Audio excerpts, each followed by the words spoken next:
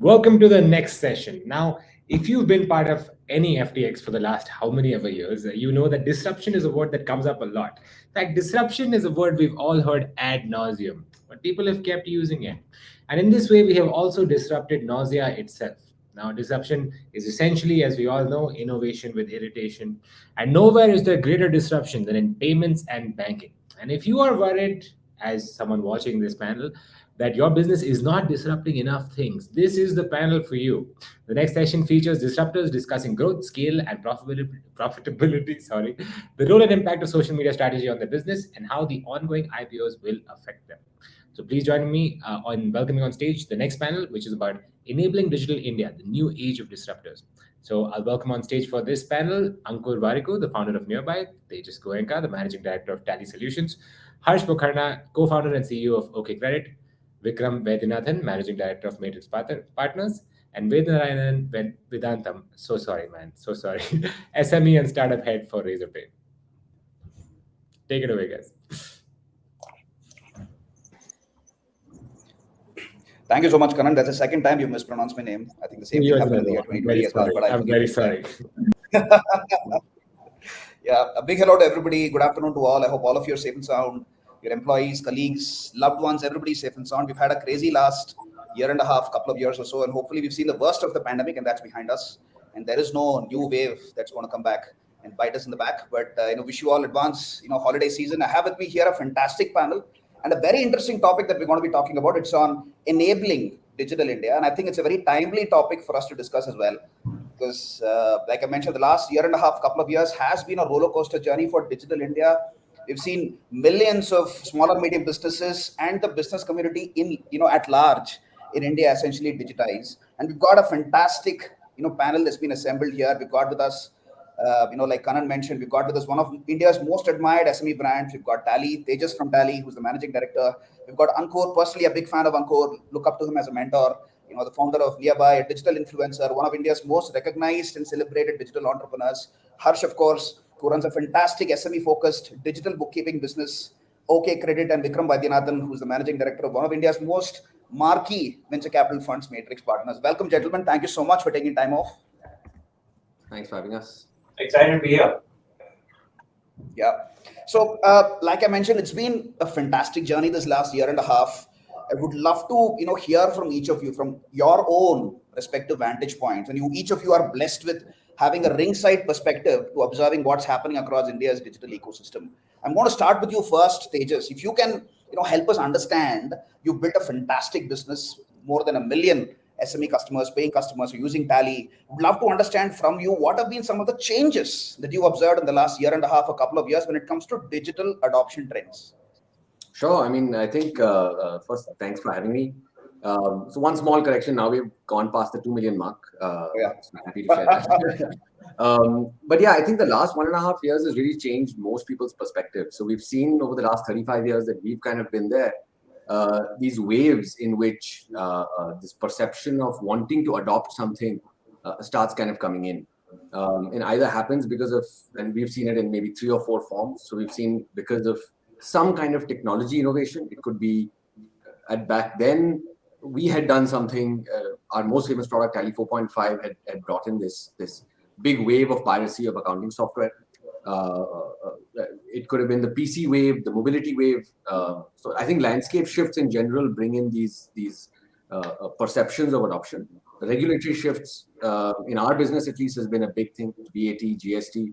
Those have been big reasons for people to kind of adopt. In the last 1.5 years, obviously, we've all been struggling. Many of us have been struggling to work from home. We're not too much work from home type businesses, most of India. So I think that's definitely changed this openness to say, let me try and get my business future ready, because we don't know when wave 1, wave 2, wave 3 will hit.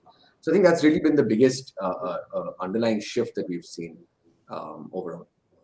Yeah, that's very interesting, Tejas. For example, I was talking to this homemaker who is a palm reader, and she was having an offline business. She used to collect payments using cash. She moved her business to digital. Obviously, people didn't want to pay using cash. Then she moved it over to Zoom calls, and then she started collecting payments using Razorpay payment links. Essentially, a stay-at-home mom, a homemaker who's running a digital business using the Razorpay ecosystem. And that's been like a very interesting conversation that I've had with an SME customer of late. Essentially talks about the spirit of digital India, so to speak. I'm going to come to you next, Ankur, and I know that you spend time motivating and talking to so many different entrepreneurs and SMEs yourself. Would love to hear things from your perspective, Ankur. Thank you for having me. Firstly, it's a pleasure to be here. I'm going to echo exactly what they just mentioned, and Veda, your own anecdote as well is just testimony to what's happened in the last 2 years. I've been, because of the content creation journey, at the receiving end of a lot of feedback that I get from youngsters on how they are consuming content and what shift has happened in their lives because of it. And the two biggest beneficiaries that I see is, one, their entire perception on how they are taking education in. So education is no longer the forte of really large institutions where it's a physical infrastructure, but virtually anyone who had anything to teach is now thinking and considering actively, if not already, a digital presence. And students are absolutely loving it because they do see that they want to go beyond the normal classroom setting, and they would love to have one-on-one, they love to have live sessions, they'd love to have pre-recorded content, so on. So there's a whole host of appreciation that has come in, especially when it comes to education, especially when it comes to out of classroom learning and teaching. And digital has brilliantly ridden that wave. The other piece is around career upskilling. So this is not just around education, but around when in motion as a professional, you recognize that you need to upskill yourself. And we've seen the wave of edtech take over in India is as such. But what I'm also fascinated by is the number of small businesses and individual creators who have something meaningful to share and teach, coming up, creating a digital presence, and then making a mark which would not have been possible if it was any other era in time and space. I personally have benefited from a lot. This is not because I'm on a Razorpay organized event, but I started my entire journey as an online educator 1.5 years back using Razorpay products. I didn't know how it would work. And I am closing the year at having taught close to 100,000 students and doing it in a manner that is intensely scalable. And I could not have imagined doing that sitting wherever I'm sitting and with just a camera and a mic and an internet connection. So personally, from a vantage point of education, career upscaling, digital has ridden the wave absolutely aggressively. And now the world's the playground. No one's just looking at physical infrastructures. They're looking at the entire world to teach them the best. Yeah, that's very interesting, Ankur. And a big, mention to the audience: we did not ask Ankur to say those nice things about us. He said that of his own free will. Ankur, I do that. I'm a big Razorpay fan, and a lot of people know that. So thank you for doing what you're doing. I stand by it. Yeah, and just building off of a couple of points you said, a couple of very interesting mentions. You mentioned time and space. I do believe that it's been like we've been sitting inside of a time machine this last 1.5 couple of years or so, because the kind of changes that we might have seen, the kind of digital adoption trends that we might have seen over a 5-year horizon in the absence of the pandemic is what we've actually seen in the last 1.5 couple of years or so. And you also mentioned another interesting point on EdTech, Ankur, and certainly at Razorpay, we often think of ourselves as an index fund that sits on top of the entire business community in India. We've observed a lot of growth on digital businesses embracing EdTech. We've seen a lot of D2C brands actually come in. We've seen a lot of health tech companies come in, IT SaaS, gaming businesses coming in again, which is again intuitive because people are stuck at home. They want ways and means to upskill themselves, to discover healthier and fitter versions of themselves. And I'm sure, Vikram here on the panel will know a lot more about this because he spends time talking to so many different interesting startups. So Vikram, would love to hear from you. What have been some of the changes? What have been some of the cool new startup trends that you've been noticing in the ecosystem? Sure. And just for context, because more Razorpay love might be coming because we're early investors in Razorpay, but also fortunate to be early investors in MSwipe, Off Business, a whole bunch of things in the B2B supply chain, business, Captain Fresh, WeGrow, and so on. And overall, we've seen this huge inflection across sort of B2B companies, where it's gone from being a push product where you have to tell small businesses, please use this, to a pull product where they're becoming aware on their own about a new technology product and adopting it. And you're sort of able to get them in the middle of their digital adoption journey, which is a huge change, which means that there's a whole set of new customers that have come in and your customer acquisition cost to acquire those customers has suddenly just gone down. And we attribute it to 2 or 3 things. The first is, as bad as COVID was for the world, it forced everyone to turn to technology. and all small businesses are owned by founders who, as consumers, suddenly started adopting technology en masse for everything, right? For their daily needs, for healthcare, for education, everything, right? Suddenly they were surrounded by it, and they started thinking. And Veda, you were asking me a question about, some SME was asking, how do I use technology for my business? So everyone started asking, hey, I'm using this technology as a consumer. How do I now use this technology as a business? And that led to this large scale adoption. So that's first. I think the second is this entire sort of regulatory environment, which has digitized everything. They digitized GST first, then it digitized invoices, and now it's digitized payments, which means that every single SME is now generating a whole host of transactions, whether it's an invoice, whether it is a vendor payment, whether it is GST. Suddenly they're leaving a digital footprint. And I also have a old financial services company called Five Star, which is an offline NBFC. And one of the biggest challenges with giving financial services to small businesses was you didn't know anything about them, and suddenly you know a lot about them in a particular context. That hey, they paid a GST bill, or hey, they want to buy something, and that context enabled companies to solve at least for that context and say, okay, you know what, I can give you a purchase financing line. You know what, I can give you a credit card line just to manage sort of travel and business payments. I can figure out a way in which you can collect better.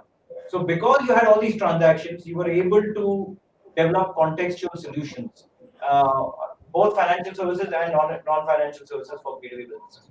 So that's the underlying sort of themes which are causing this adoption. And I think, to Veda, your point, what are we seeing? We are seeing every supply chain in the country getting disrupted. Whether it is a steel supply chain, whether it's an auto supply chain, whether it is pharma, whether it is distribution of consumer durables, you name it. We're having discussions with B2B marketplaces or with fintech companies which are solving for some working capital issues in that supply chain. Yeah, that's very interesting. Thank you so much for that, Vikram. And just adding to some of the points that you mentioned at Razorpay, again, we've noticed that a significant and an overwhelming majority of people who are actually signing up with us and looking to embrace digital payments are actually first-time users of digital. Period. Forget about digital payments. These are not people moving over from one competitive player to another, which I think is a great sign for the future of India's digital ecosystem and the entrepreneurial heartbeat of the country. The other interesting thing that we've observed is that we're seeing a lot of growth from tier 2, tier 3 and below again, which I think is a very encouraging sign. I'm going to come to you next, just on the topic of tier 2, tier 3, Harsh, and I'm sure you're dying to go next, and you would have a lot of points to talk through, because you're also a brand that is focused on the mass market when it comes to India's SME and the digital ecosystem, and you're really playing a critical role in digitizing India's SME heartbeat. If you can help talk us through what have been your observations.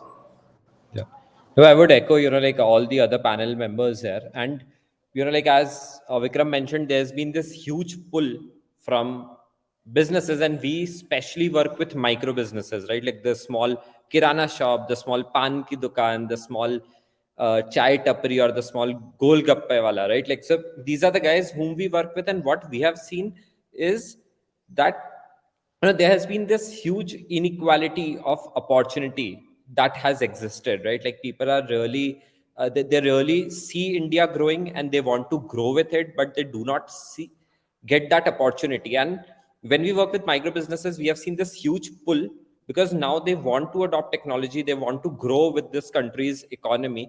And especially like with a lot of technologies now becoming mobile first, very simple to use, vernacular, right? Like we ourselves operate in 14 different languages. It like voice first interfaces rather than type first. So like all of that is making adoption of technology so much easier for these guys, that they are roaring to like go and like own and grow their businesses.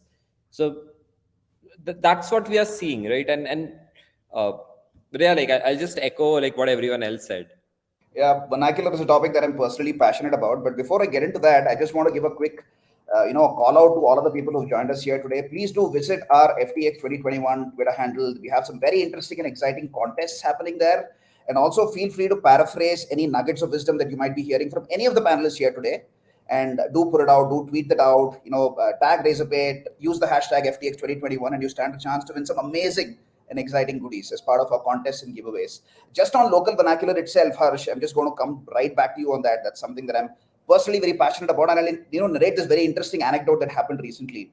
So we have this partnership going on with one of India's largest e-commerce marketplaces, and where we've offered a suite of bespoke payment solutions for all of their sellers.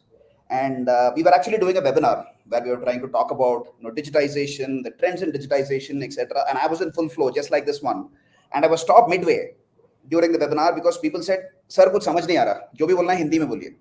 And which was an eye-opening moment for me. I would love to hear from your perspective, Harsh, what prompted, I'm sure you must have had similar kind of, aha moments, which prompted this shift to local vernacular. If you could just talk us through that journey. Yeah, I'll tell you, right? So this is the story of our first user. So when we were iterating on our product with him, right? We were observing his problems, building prototypes, something he could use. We actually had to iterate 6 or 7 times until he was finally comfortable using our product. So there were so many learnings, and one of those learnings was that we have talked about SME owners becoming technologically savvy, and but more important is also their employees now becoming technology savvy, because when you have to adopt a software for your business, it becomes very important for the employees to adopt that software, because the owner is not always at the shop, right? He's somewhere in the absence, the staff is operating. So what we saw was that this guy couldn't use our software because his employee only understood Kannada. He didn't understand English. And then we had to make a version which was Kannada focused, and after that his employee was comfortable and we could get that owner to use the application. So that it's been a learning that we got very early in our journey, and has been helping us a lot. And it's not only about product, right? It's also about the way you communicate with them, the way you market, the way you brand yourself. How do you reach out to them? Which influencers do you target? So a lot of the product building plus the marketing and branding has to be vernacular if you want to penetrate deeper. Yeah, absolutely. And Tejas, I'm sure you'll have a few points to add on just on this topic itself. Love to hear your perspectives on the role of vernacular in digitizing India. Yeah, for sure. I think traditionally what's happened in the non-mobile first world is so we've had a vernacular system for a while. I think the biggest challenge that's kind of been faced is most people who also use us can be 10 standard pass, not very great with knowing English necessarily, but they find the system easy to use. In the past, I think the difference in vernacular has been that the keyboard has always been English, right? So typing on a physical keyboard in some kind of vernacular has always been difficult. But I think the shift that's obviously come in is a lot of my friends, a lot of groups, parents groups, messages that get forwarded now on WhatsApp are a lot in vernacular, either in Gujarati or Hindi or Kannada. And I think that's made a big difference in access to reading and writing. The other point that Harshad made was on using speech. And while I guess the creepier systems of what we may use for calling out to Siri or Alexa or Google Voice, while they keep getting smarter, I think the bigger point is that it allows for interaction with technology in different ways, which I think certainly we can take advantage of. One more point to kind of add that I guess, I don't know if it's come recently or it's just been a natural thing for us, is because we sell across the country. I think our sales method has always been very local. So if we go to Assam and meet someone in Assam, you will find it very, very localized. The system may be in English, but the communication, the reach, the education, all of that happens in your local language. In Tamil Nadu, it's a local language. Kerala, it's in a local language. It's never been English first, I think, for us. So both these sides exist. I think the access to technology is certainly becoming a lot more vernacular driven. And the ability for having this touch enabled device enables you to put in different keyboards, right, which people can learn and use. Speech is another big thing, and then communication obviously makes kind of a big difference. So it's certainly going to help in driving adoption over the next few years. Yeah, that's very interesting. Sorry, the one thing I'll just jump in and is often when you say it's a vernacular or and I call it more local language product, is that it seems like it's a dumbed down version of the English product. And especially in B2B, I think that's a mistake that startups shouldn't make. Because even though somebody might be sort of more familiar in their local language, but as a business person, they might be very sophisticated. And all of us have this image of the Gujarati who's sharper than all of us in math and so on, right? And for that person, they are actually able to do very quick daily IRR math on the fly. And therefore, you can't make the mistake of actually designing a product which is sort of a dumbed down version of the product, especially in the B2B space. And we are obviously investors in a vernacular company like Daily Hunt and so on. Consumer maybe, and I don't think you should even treat the vernacular consumer as a dumbed down version of the consumer. But in business, for sure, you should be thinking of designing the product for a sophisticated businessman versus thinking of having this image that it's a dumbed down version of the English product. Yeah, and I like to add in Vikram, and especially not just that it's a dumber version. Like many times people take a lot of pride when they see their language on the app, and they feel more they feel that their product is their own. Like it drives more love towards that product. And especially when we work with businesses, we see a lot of these businesses have to communicate with their customers, right? So if like the businessman may understand English, but a portion of his customer base does not, right? Like an old person who understands Kannada. Like, so when they have to communicate with them, having that option to communicate in their local languages, like, builds that trust, build that relationship with the customer, and helps them give a better experience. So it's not about just dumbing it down for the owner. It's also about enabling him to communicate better with his customers.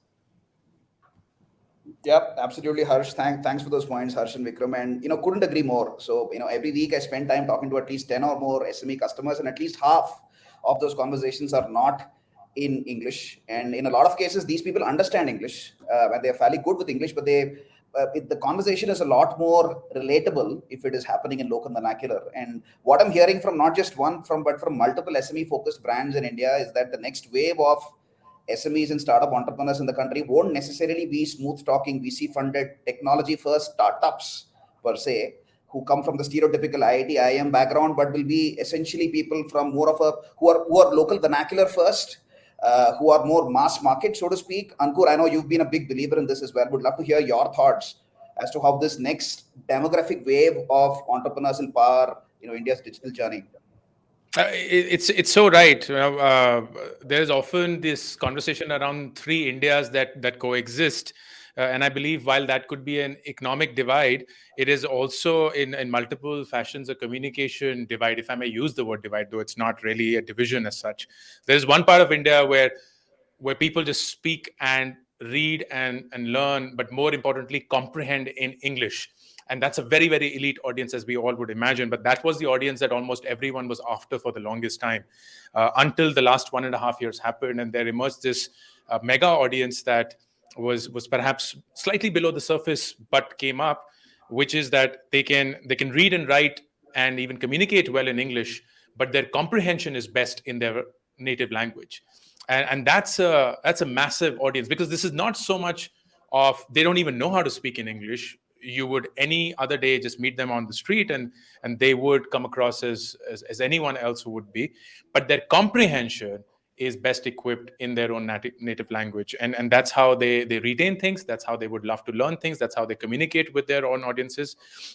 And I believe a lot of them are not just the consumers that we think of, but also the operators that we would want to reach out to from an SME perspective.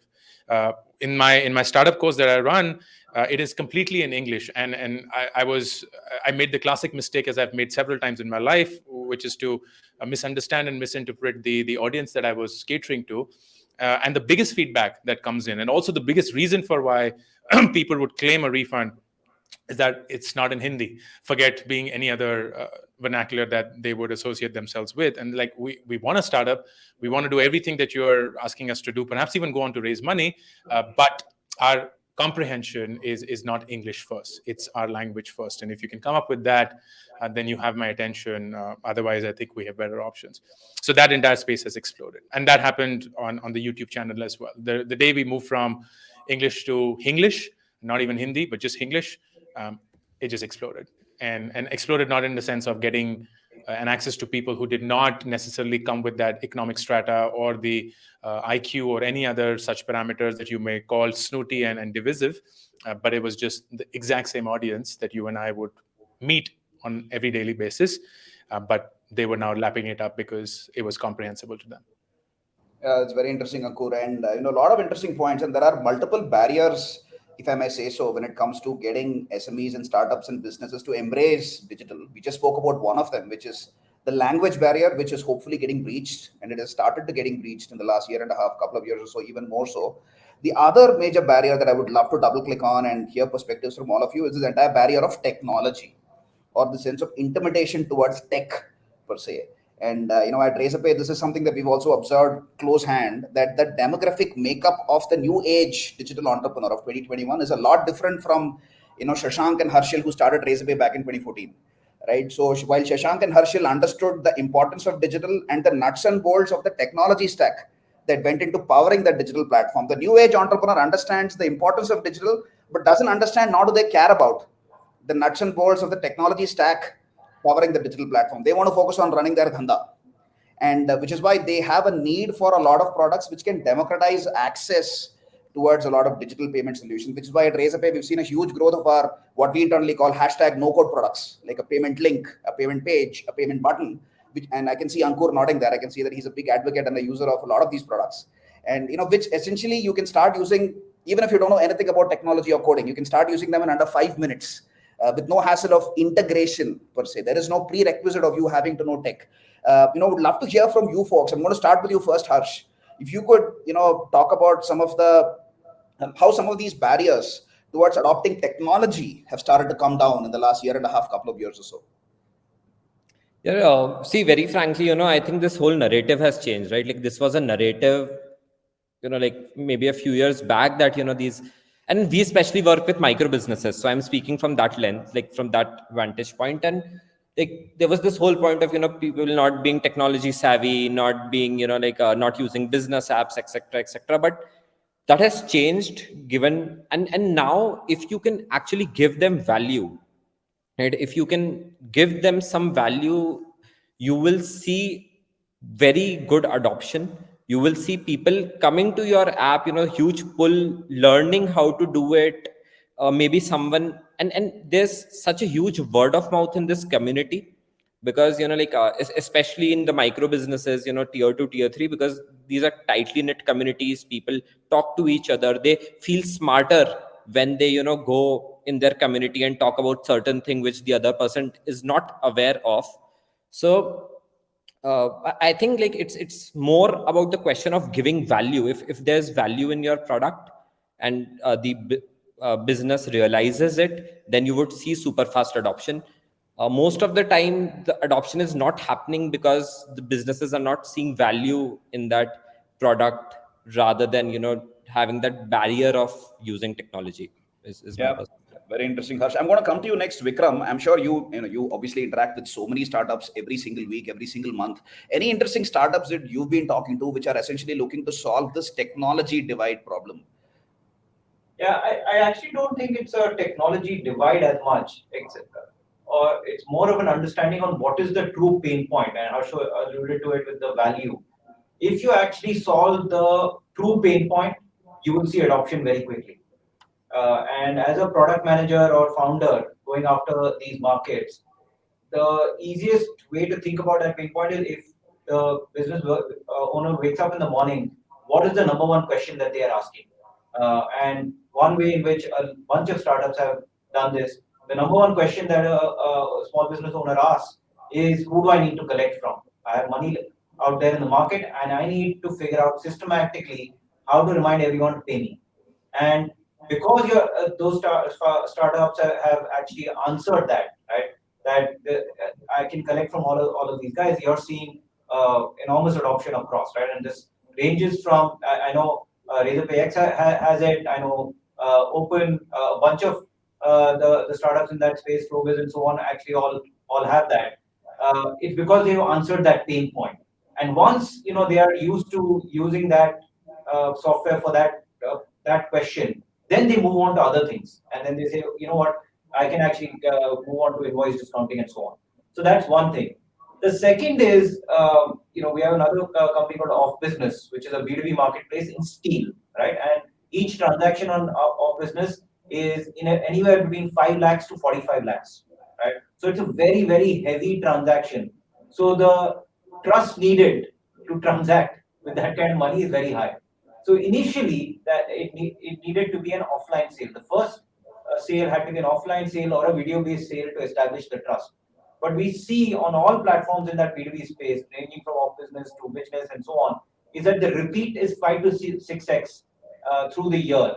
And that happens completely digitally, because once the trust is established and they know that I can transact with this much money and I don't have to go somewhere, and the quality of steel landing up in my backyard is the same or better, then I just want to keep doing that, right? So you might have to invest in establishing this trust and in an online-offline manner initially, but because the repeat is 5-6 times a year, it's actually completely worth it. Yeah, very interesting. I'm going to come to you next, Ankur. You probably epitomize what all of us are talking about. You are a person who does not come from a technology background, but yet you built, multiple successful digital businesses. Talk us through your journey and what are some of the tips that you would provide for, aspiring digital entrepreneurs who are not technology savvy and how they can still embrace the new digital normal. I believe there is enough and more infrastructure that is in the world out there now for people to get started. It may not be enough for people to scale at significant levels. And at that point of time, it's only wise that one invests in building a technology team and moving that entire technology in-house. But to begin with, it's often the forte of individuals who come with a lot more intelligence than practicality to say that we got to code everything from scratch. I frankly was in that same game for the longest time until I realized it's at least not necessary for you to get started, especially not if you're a small and medium business enterprise. There is so much that's available. I still maintain that one of the biggest business softwares that the country has is WhatsApp, and the reason why it is because it's just fantastic in terms of what it does, and it doesn't require any upgrade in your skill or any sense of you integrating into a world that you are wary of. I have a mega software bill. The most expensive resource I have today is software, but that's not an individual. It's just subscriptions, and it's across the world, and it's all over in every possible dimension. And the only guidance that I give my team is, if there is someone who does the job through a machine, then your responsibility becomes to identify that as against doing it on your own. So you become a manager of the code as against the creator of the code. And I'm certain that can take us far. It's taken us to a considerable high scale already, surprisingly so. And I'm very certain that it can take us to 5x of that scale, beyond which it may be a need for us to build something in-house and establish that. But until then, I think organizations such as Razorpay across the world in every small niche possible have done a commendable job. And if I can do it, frankly, anyone can, because it doesn't require you to be a rocket science engineer to figure it out. Yeah, being a little too humble there, Ankur, but yeah, I can get where you're going with this. I can understand the spirit of your statement, and it's almost like watching a toddler actually beginning to take baby steps and then learning to walk and run. And at Razorpay, we've noticed a lot of SMEs who are new to digital, who don't know anything about coding. They feel intimidated by technology and all of these platforms and these jargons. They start off by using some of these no-code products, like I said, like a PL, a payment link, a payment page, or a payment button. And once they get a grasp of the digital ecosystem, achieve a certain level of predictability in their income patterns, product market fit, they then graduate into a payment gateway for their e-commerce store.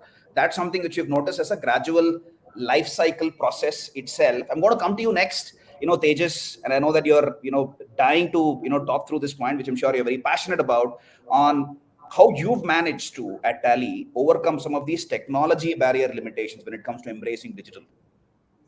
Sure. I mean, I think At core, I think there are two things, and some of them may be divergent points to the rest of the guys have said. I think one thing that we've kind of figured, and I guess maybe it's kind of old schoolish in a way, is that the moment you think about trying to drive, so let's look at business applications on the phone only. Despite so many businessmen having access to phones, the amount of stuff other than communication that's really done on the phone is not as much, right? You're not processing data on the phone. You're not looking at data on the phone as much. The total number would be maybe 100,000, 200,000 in a country of 60 million, 65 million kind of businesses. So I think the way we kind of see it is there's a lot of headroom for driving this barrier of adoption kind of down. Agree with Harsh that there has to be this big value. Both Vikram and Harsh have made that point. But I think to drive that value, there's a lot of stuff that we don't see that as a company we focus on, right? So we think that non-functional stuff, speed, reliability, a lot of these things are not really to achieve those at in some way. It requires you to go deeper down from as a creator of technology. It requires us to go deeper down. So we focus a lot on core platform related stuff that to help drive this barrier of adoption down from a technology side. And I think the second thing that we've kind of figured, and again maybe it's a little bit old school. I still see it though. Very honestly, I still see, and I still predict that over the next few years, it's not going to go down to zero. Is we've got this. We had to figure out early in our days, how do you get to a customer in Lucknow, in Agartala, in Assam, and we were a Bangalore-based small Marwari-run company.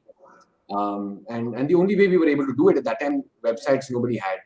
Even today, a lot of transactions don't really take place on card. Businesses certainly don't transact on card. It's too expensive, right? We run on a 0.5%, 1%, 2% margin for most of India. And so we found that while online is one part, if you're really selling something to a business, if you don't have local reach, it becomes a little bit complicated. So we still think that, I still think certainly that if we need to keep pushing down this barrier, there's a lot of, and I don't know if I'm articulating this correctly. It seems like some of us feel like, we can put our product up online and it'll simply get bought. I don't really see it that way. I mean, we reach out to a few lakh customers every year, and we have this relationship with them. And I do think that ecosystem is kind of a key. It's not difficult to build, very honestly. It's not difficult to disrupt either. But I think that's the other piece that is needed. Like, we do need to reach out to people, and we do need to get them to go from level 1 to level 3 to level 5 in whatever technology they're using. And product certainly matters. Within that, technology matters. And I think that access is another kind of a big thing. Yeah, that's a very interesting point, Tejas, and I think it segues nicely into the next point that I had in mind, which is on how do digital brands and how can digital brands break customer inertia? How can they get them to, cross that inertia barrier, bridge that trust divide, and get to invest in their digital brand? I think that essentially is a problem statement that a lot of digital businesses grapple with. You touched upon a very interesting point wherein you said that digital alone might not necessarily be the answer. I know Ankur is talks a lot about it. Is very passionate about, building a strong digital brand presence. And for his own business, Ankur, I know that your brand in itself is probably the single biggest pull for your own business. But not every entrepreneur might be that lucky, right? Not every entrepreneur would have the kind of charisma that you personally have. So what would be your advice to such digital businesses? How can they get their end customers to invest in their brand? So I have, and this could be a slightly long answer, but I do want to give this. One, a lot of people feel that spending money on advertising digitally is not such a great idea because somehow there are these sharks in the name of the large companies that we know of, which don't deliver.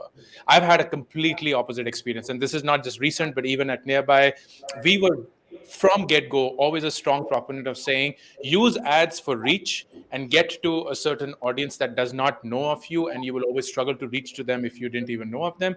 And then if possible, use content as a strong trust engine, so that if they were to look you up and figure who the hell are you, they will find you doing consistent work and for a really long period of time. That's where content helps. In the absence of that, you'll still convert, but maybe not as easily as you would with the presence of it.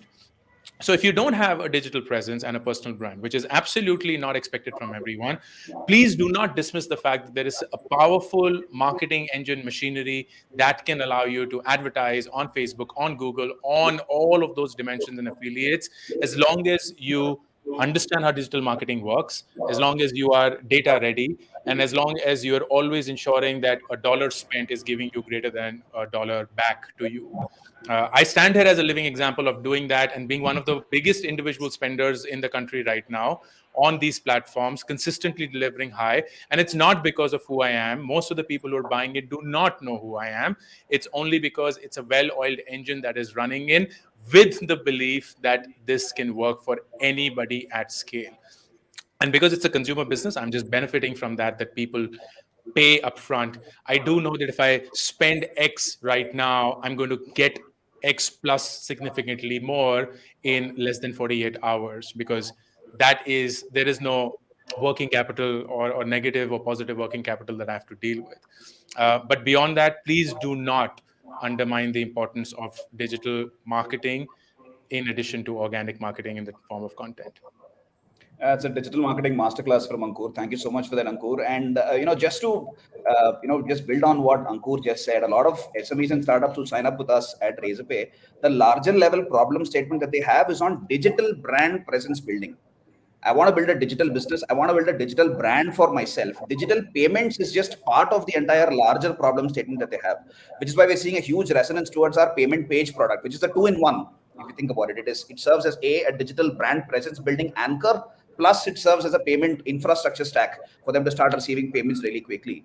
And the other interesting story that comes through is the same partnership that I alluded to earlier, where we work with one of India's largest e-com marketplaces. We've interacted with a lot of these sellers there who are, again, digital SMEs per se, who are making a healthy living, selling on this marketplace. They're making a lot of money, but they're not satisfied. They want to go direct to consumer. They want to build their own digital brand presence and control the entire customer lifecycle, which I think is extremely, aspirational, and kudos to them on that journey. I'm going to come to you next, Harsh, and talk about this entire aspiration of building a digital brand presence. And I know you'd speak with, and I know there is no one single SME persona in India. It's like India in itself. Yeah. There are so many different SME personae within the larger SME pyramid. What have been some of your observations? Because you speak to a completely different audience. Yes, exactly. So, like the audience we speak to, again, just to reiterate, we speak to these offline first businesses. We are right now not dealing with the online first businesses. So we deal with kirana stores, pan shops, tea shops, these small physical establishments. And there again, I would, second what Tejas said, where, online is not the only way to build your brand. Because there is no significant product differentiation, right? A kirana store here would only serve a hyper local community around him, right? There's no differentiation that a person from some other locality would want to order from a kirana store in some other locality, right? So for them, how it works is investing a lot on your offline trust building with customers, investing a lot there, delivering on time, quality, and plus using digital solutions to provide your customers a level of experience that the big techs are providing. Because for them, the competition is not the other kirana store which is in other locality. The competition is the big bazaar or the Swiggy Insta mart, right? Like from whom the customers may be ordering, because they get a completely different customer experience there. So for them, I think adopting these digital solutions so that they can provide that same level of customer experience to their customers helps a lot in brand building and retaining their customers, because they do have a lot of pros, right? Which online aggregator may not be able to provide. Yeah. And, before we dive into some of the questions that have been curated from the chat and on Twitter. We're getting some fantastic love for this entire session, both on the chat. I think that's proof of that. And on Twitter, we're getting some fantastic love for this entire panel. A quick shout out to the audience. Please do follow us on the FTX 2021 Twitter handle. We've got some really exciting and cool contests happening there, and it will continue to happen over the rest of the day. And we're having some amazing giveaways as well. So do, feel free to paraphrase whatever great suggestions and nuggets of wisdom you're getting from all of the great panelists here and put it up on Twitter. Tag Razorpay, use the hashtag FTX2021, and you stand a chance to win some amazing goodies. I'm going to come to you next, Vikram. We spoke a lot about digital brand presence building. You probably interact with, for the most of your time, startups which are at the other end of the spectrum, right? Harsh and Tejas spoke about startups which are at the completely a different end of the spectrum. You interact with startups who are a lot different. What have been your observations on the kind of aspirations they have when it comes to digital brand presence building? So actually, I'll just double click on what Harsh and Tejas were saying first, which I agree with Ankur, where the initial digital marketing can actually get your brand out there and make people aware. But what we have seen with sort of real brand and trust building as well as usage building is when they use existing networks or local networks, sort of like what Harsh was saying, right? So people who use, for example, a supply chain, auto supply chain network, and build something into the product where if somebody loves it, they are now sharing it with the others. And that digital word of mouth spreading actually is what we have seen work better, right? And some of that you enable through offline conferences and stuff like that. And some of that is just built into the product where, because you're sending invoices from one to the other and so on. Now, I'll give you an extreme example on what you said on digital marketing and so on. We also invest in SaaS startups who are going after both India SaaS plays as well as global SaaS plays. And in the India SaaS plays, we are seeing much more of the offline online marketing as well as this network-based marketing work much better, where you're building some viral word of mouth into the product and there is some offline built in, the way Harsh and Tejas are saying. I think where you're seeing the US is that India startup going global, they actually need a very strong marketing story to compete in the US. And the difference there is the software categories are very well defined. Even if I take client onboarding as a category, it sounds really obscure in India, but it's a multi-million-dollar category there.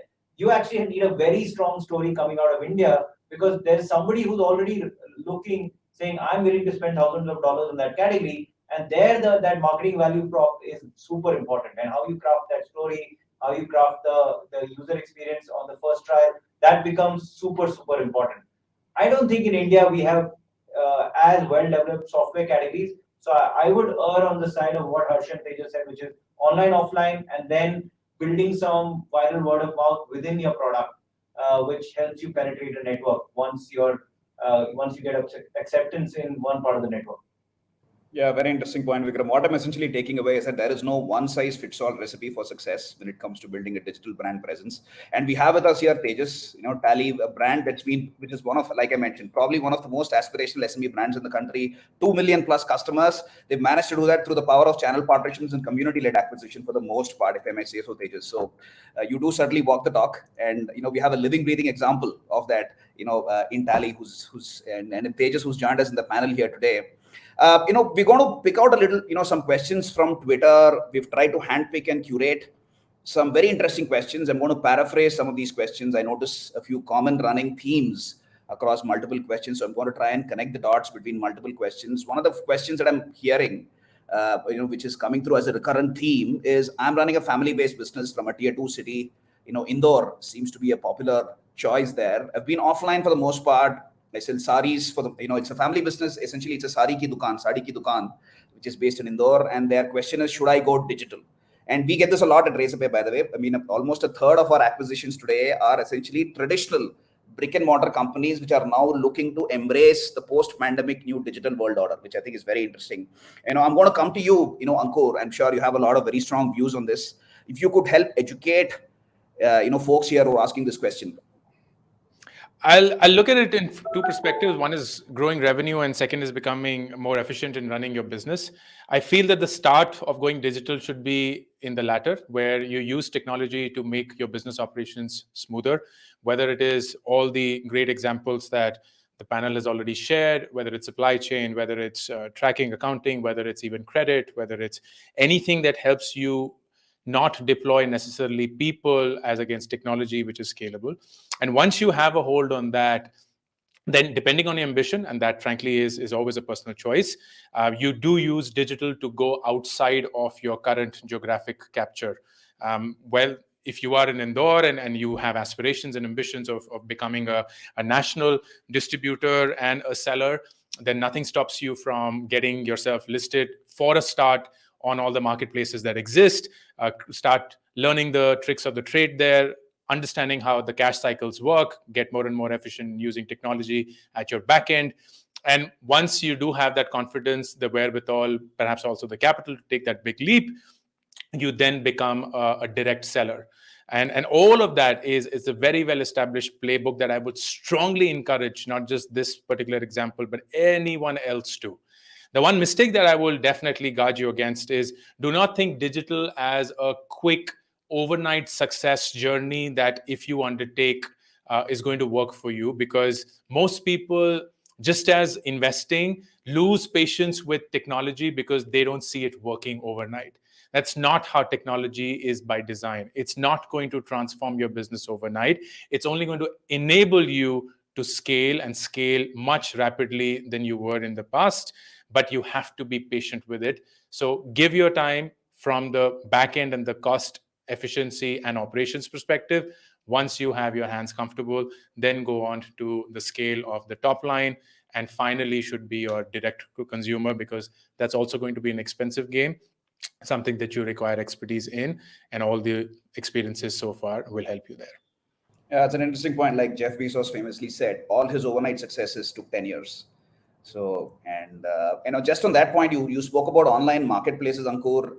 There's multiple questions coming in asking if I should just list my products and services on all of these popular online marketplaces, or should I also look to, in parallel, build my own digital identity, digital brand presence? Would you recommend taking a sequential approach or a parallel one? I would definitely recommend a sequential approach. I believe that it's great if you start with the marketplaces, learn how it works. Again, do not dismiss the power of advertising in the marketplace itself. So one thing is listing and doing a great job of delivery and operations and supply chain and reviews and everything from a merchandising perspective. But the other one is making your presence felt.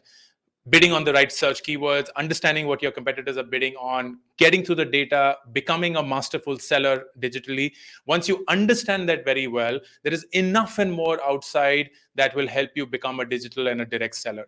But don't start with that even parallelly, because you're going to make mistakes in the marketplace piece, and you don't want to be burning a lot of money in the direct one, because it can be a money sucker and you wouldn't even realize it.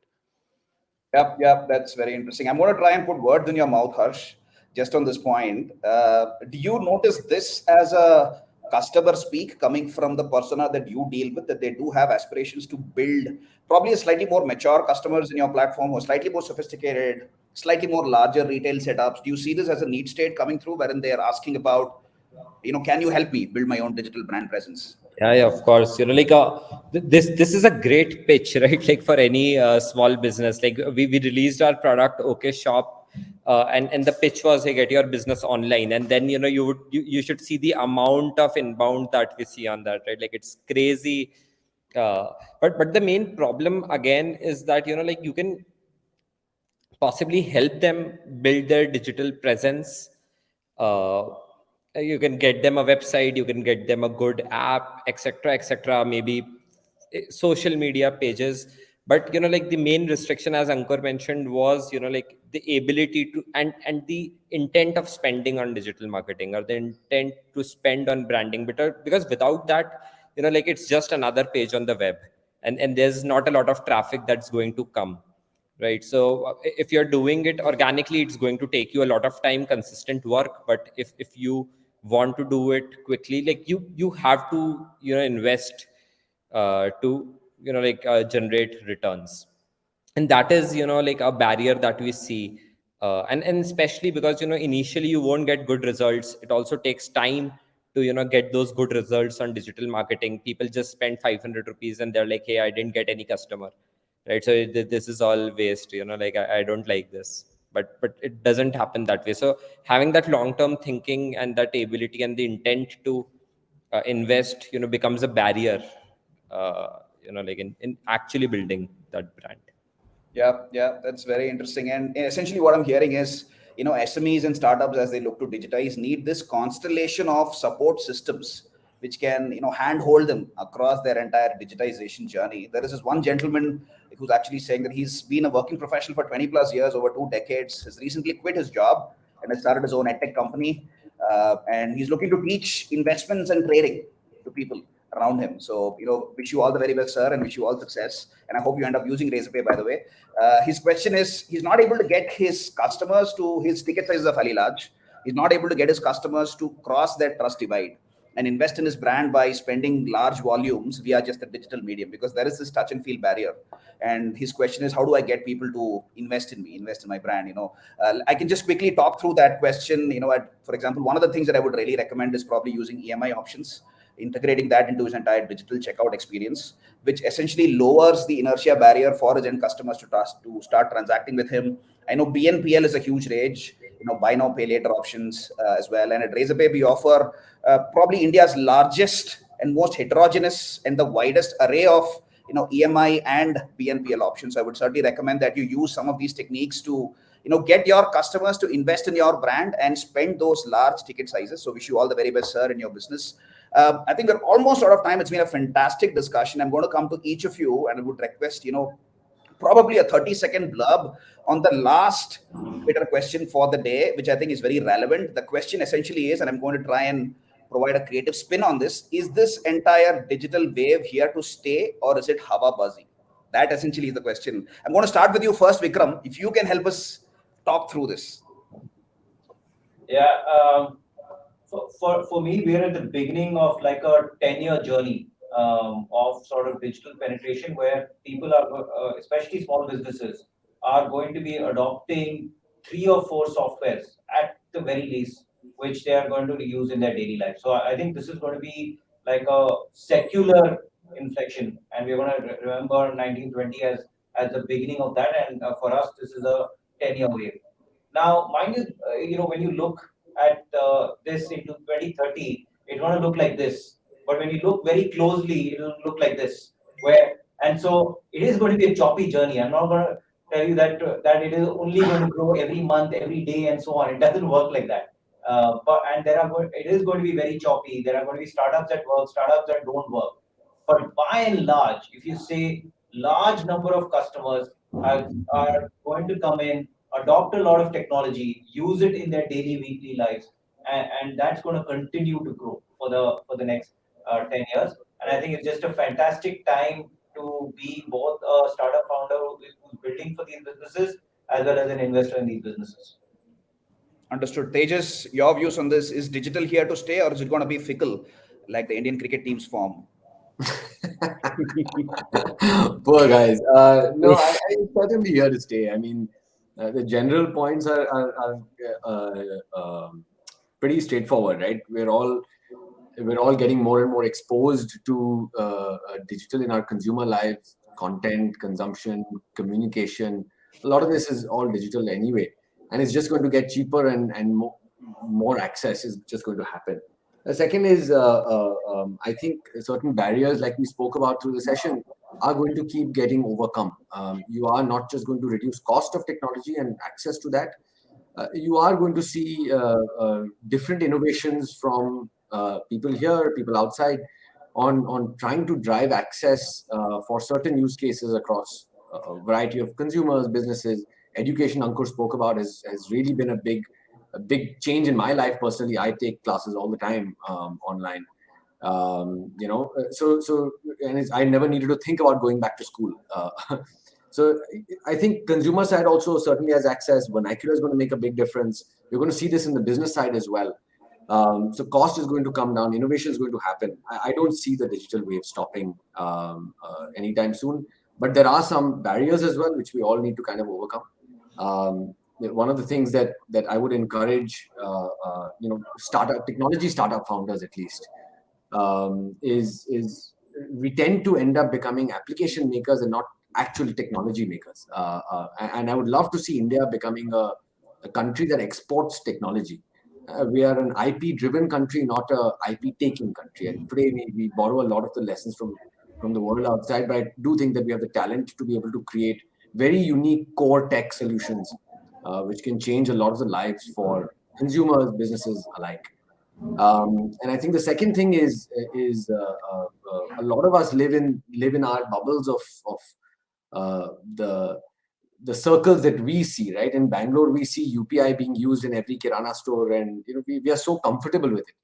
But you move outside a little bit, and that's not really the case. And I think it's important to understand that the opportunity out there, the headroom for growth, and kind of innovate on driving access there as well. So certainly see it continuing, but also see that we need to overcome a few things and keep pushing on.